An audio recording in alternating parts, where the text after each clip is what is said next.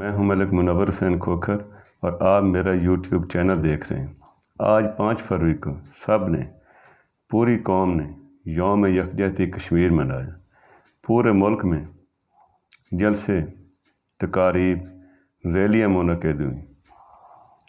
حکومت اور اپوزیشن نے بڑے جلسوں کے لیے آزاد کشمیر کا رخ کیا۔ وہاں پر بڑی بڑی تقاریر ہوئیں۔ اپوزیشن اور حکومت نے اس موقع پر بھی ایک دوسرے کے خلاف سخت الفاظ استعمال کیے۔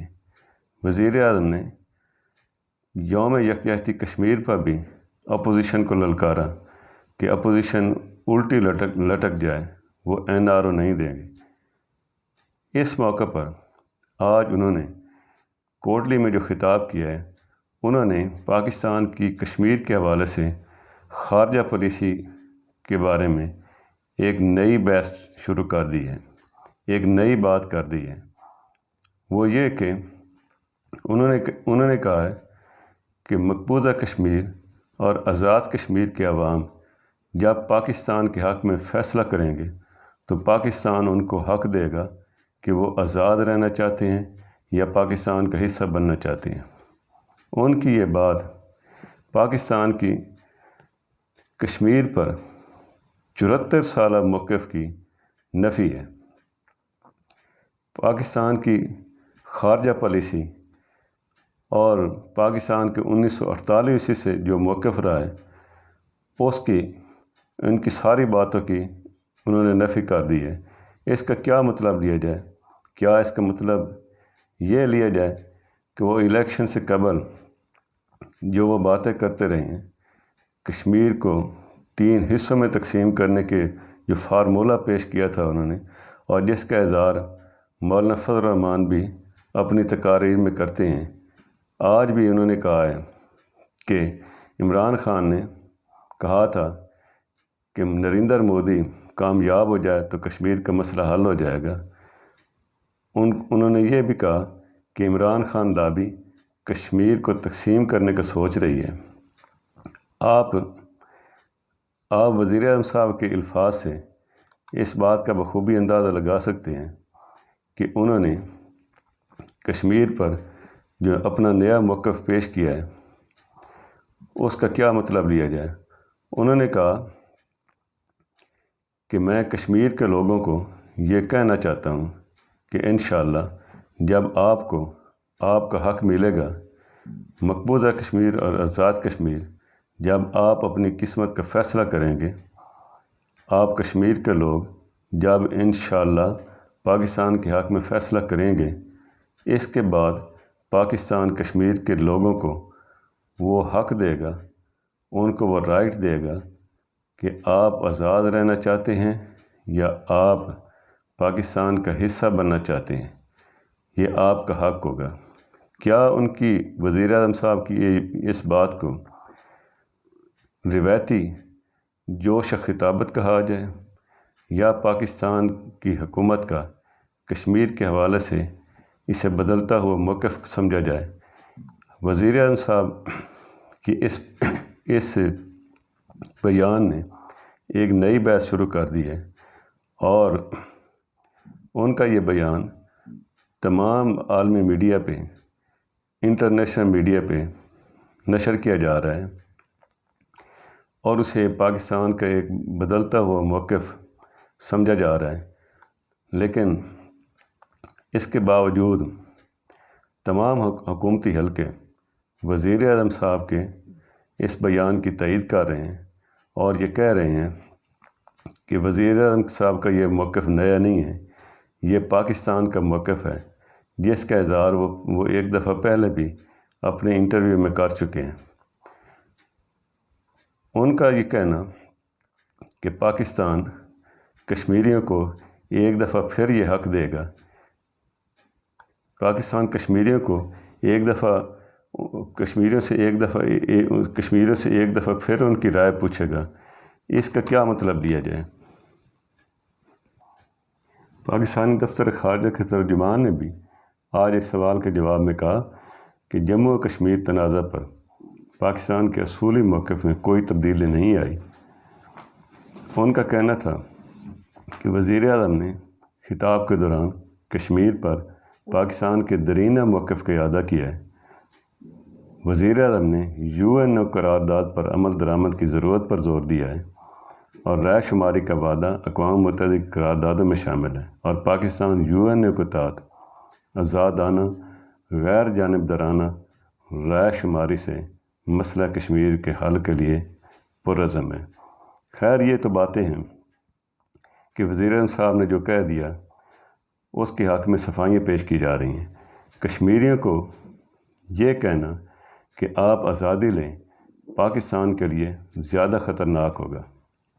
لیفٹیننٹ جنرل ریٹائرڈ طلعت مسعود نے وزیر اعظم عمران خان کے بیان پر آج جو تبصرہ کیا ہے وہ بھی آپ کو بتاتا ہوں۔ وزیر اعظم کے اس بیان کے حوالے سے نہ صرف میڈیا پر بحث ہو رہی ہے بلکہ سوشل میڈیا پر بھی صارفین مختلف اپنی آراء کا اظہار کر رہے ہیں اور وزیر اعظم کے اس بیان پر زیادہ تر صارفین تنقید کر رہے ہیں۔ لیفٹیننٹ جنرل طلعت مسعود نے کہا کہ کشمیریوں کو یہ کہنا کہ آپ آزادی لیں پاکستان کے لیے زیادہ خطرناک ہوگا۔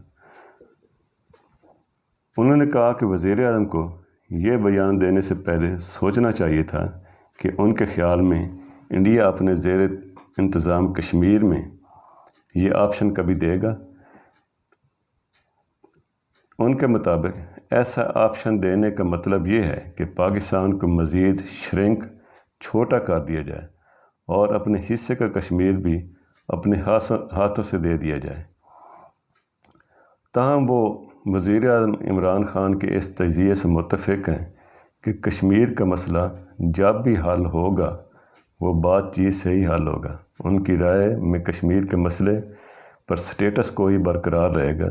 ان کی یہ رائے ہے کہ کشمیر کے مسئلے پر سٹیٹس کو ہی برقرار رہے گا، یعنی جو حصہ پاکستان کے زیر انتظام ہے وہ رہے گا جبکہ دوسرا حصہ انڈیا کے زیر انتظام رہے گا۔ موجودہ حکومت نے کشمیر کے مسئلے پر جو اب تک سفارت کاری کی ہے اس کا ماضی میں جائزہ لیا جائے تو ہمیں ناکامی نظر آتی ہے۔ آپ کو یاد ہوگا کہ 22 جولائی 2019 کو وزیر اعظم صاحب پہلی دفعہ جناب عمران خان صاحب پہلی دفعہ امریکہ کے دورے پر گئے اور وہاں واشنگٹن میں انہوں نے ایک بہت بڑے اسٹیڈیم میں دعا دار خطاب کیا جس کے لیے کہا جاتا ہے کہ پوری مغربی دنیا سے، یورپ سے لوگ اسپیشل طور پر مدعو کر کے لائے گئے تھے اور یہ کہا گیا کہ وزیر اعظم نے اتنے بڑے امریکہ میں اتنے بڑے اجتماع سے خطاب کیا ہے جو آج تک کسی سربراہ نے خطاب نہیں کیا۔ وہاں پر بھی انہوں نے اپوزیشن کو خوب لتاڑا تھا۔ وہاں پر بھی انہوں نے یہ باتیں کی تھیں کہ میں نے ملک کے طاقتور طبقے کے خلاف احتساب کا عمل شروع کیا ہے، نواز شریف جیل میں ہیں اور وہ ایئر کنڈیشن کا مطالبہ کر رہے ہیں وغیرہ وغیرہ۔ جبکہ جب وہ امریکہ روانہ ہوئے تھے تو انہوں نے اور ان کے ترجمانوں نے پہلے یہ بلند باغ دعوے کیے تھے کہ وزیر اعظم کا دورہ امریکہ تاریخی ہوگا اور وہ کشمیر کا مسئلہ حل کرا کر آئیں گے، مگر ہمیں سوائے خالی وعدوں کے کچھ نہ ملا۔ ستمبر 2019 میں UN میں وزیر اعظم صاحب نے دعا دار خطاب کیا اور جبکہ اس سے پہلے نریندر مودی نے کشمیر کی خصوصی حیثیت کو ختم کر کے وہاں پہ 10 لاکھ فوج لگا دی اور پوری کشمیر کو ہائی جیک کر لیا اور کشمیر کی خصوصی حیثیت کو ختم کر کے جو انہیں پہلے چھوٹی موٹی آزادیاں حاصل تھیں، جو انہیں حقوق حاصل تھے، ان کو بھی ختم کر دیا۔ UN میں خطاب کے موقع پر وزیر اعظم نے ایک دفعہ پھر بڑی لمبی چوڑی تقریر کی اور ایک دفعہ پھر انہوں نے دعوے کیے کہ وہ کشمیر کے ان کی صدر ٹرمپ سے بات ہو گئی ہے اور وہ ثالثی کے لیے تیار ہو گئے ہیں، اور وہ امریکہ کی کوششوں سے اب مسئلہ کشمیر بس حل ہونا چند دنوں کی بات ہے۔ خیر، یہ بات کوئی ڈکی چھپی نہیں ہے۔ کہا یہ جاتا ہے کہ نریندر مودی نے صدر ٹرمپ سے ملاقات کے دوران اپنے سارے پلان سے انہیں آگاہ کر دیا تھا، اور یہ بات وزیر اعظم عمران خان کو بھی صدر ٹرمپ نے بتا دی تھی۔ صرف یہ پتہ نہیں تھا کہ انڈیا یہ ایکشن کب شروع کرے گا۔ اس کے جواب میں ہم نے کیا کیا؟ ہم نے یہ کیا کہ پوری قوم کو اپیل کر دی کہ آپ ہر جمعہ کے روز بھارت کے خلاف ریلیاں نکالیں، آپ جلسے کریں، مظاہرے کریں، اور یہی مسئلہ کشمیر کا حل ہے۔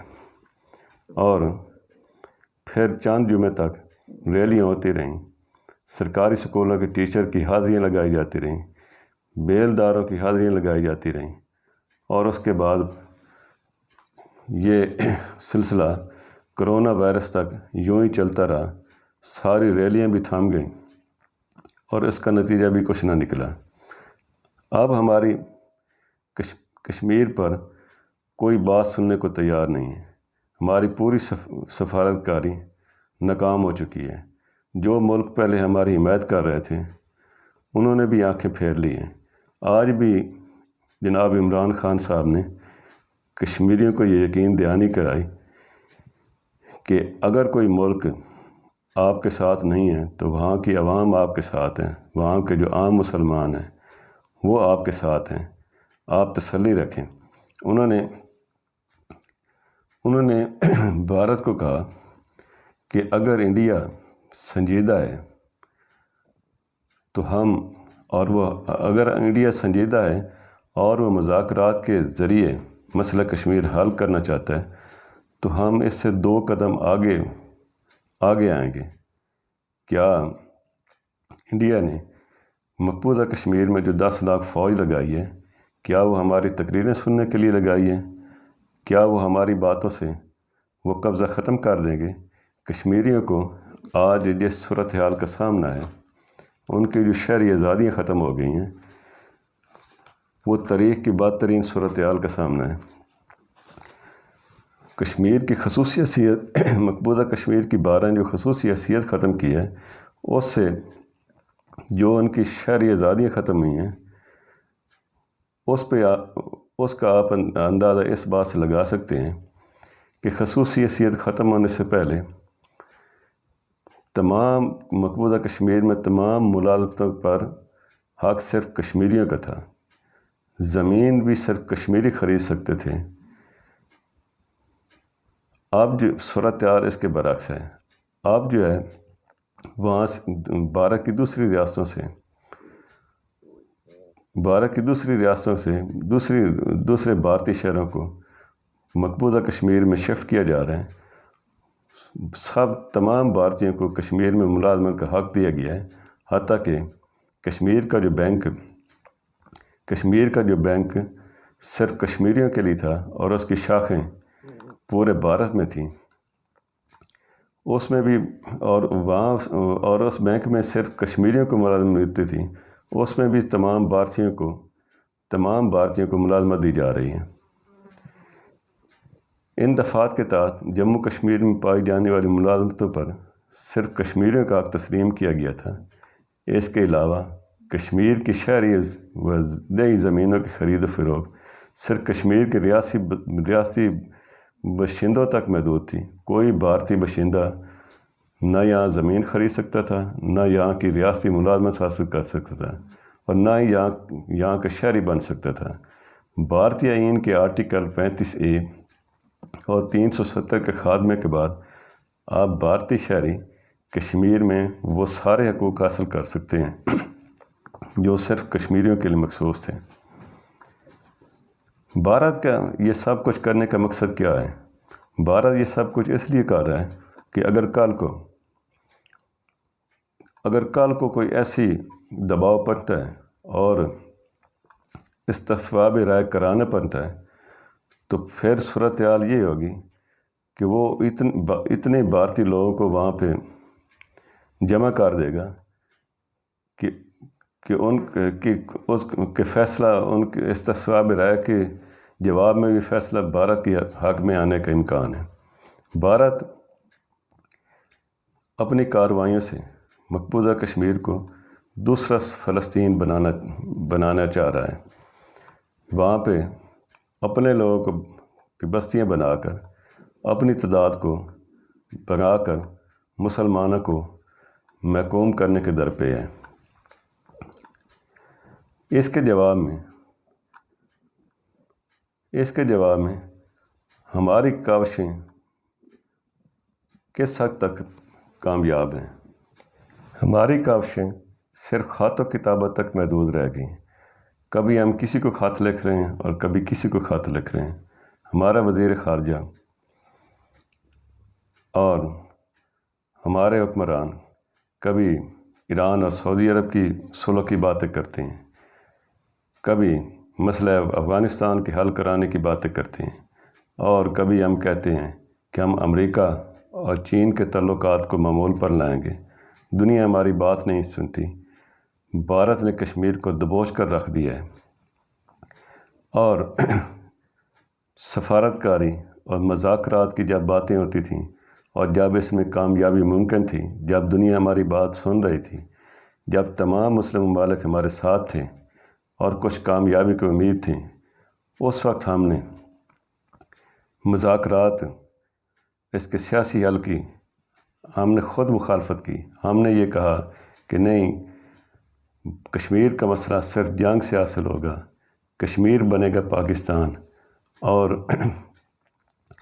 اس وقت کے حکمرانوں کی ہم نے تمام کوششوں کو سبوتاژ کیا۔ آج جب کشمیر کے مسئلے کا صرف اور صرف ہر لحاظ سے جب ہر طرف سے ناکامی نظر آ رہی ہے اور صرف اس کا حل عسکری طور پر ہے، تو ہم اس سے پیچھے ہٹ رہے ہیں۔ یہ ہمارے ٹینک، یہ ہمارے الخالد ٹینک، یہ ہمارے میزائل ٹیکنالوجی، یہ ہماری ڈرون ٹیکنالوجی، یہ غزنوی اور غوری میزائل، یہ بیلسٹک میزائل اور یہ ایٹم بم، یہ کس بات کے ہیں کہ بھارت نے کشمیریوں کو تحت ایک کر دیا ہے، اور ہم جو ہے بس وہ زبانی کلامی باتیں کر رہے ہیں، اور بھارت کو پورا موقع دے رہے ہیں کہ وہ کشمیریوں سے اپنی مرضی کا فیصلہ کرائے۔ اور اگر کشمیر کا مسئلہ مذاکرات سے ہی حل کرنا ہے تو اس کے لیے پوری قوم کو متحد ہونا پڑے گا۔ عوام اور سب سیاسی جماعتوں کو متحد و متفق ہو کر حکومت سے پرزور مطالبہ کرنا چاہیے کہ وہ زبانی و جذباتی نعروں سے ہٹ کر عالمی اداروں کے ذریعے کشمیر کی 80 لاکھ آبادی کے انسانی حقوق بحال کروائے، انہیں حق خود ارادیت دلوائے، اور کشمیر کو ایک نئے فلسطین میں بدلنے کا بھارتی منصوبہ ناکام بنائے۔ اجازت دیجیے، اللہ حافظ۔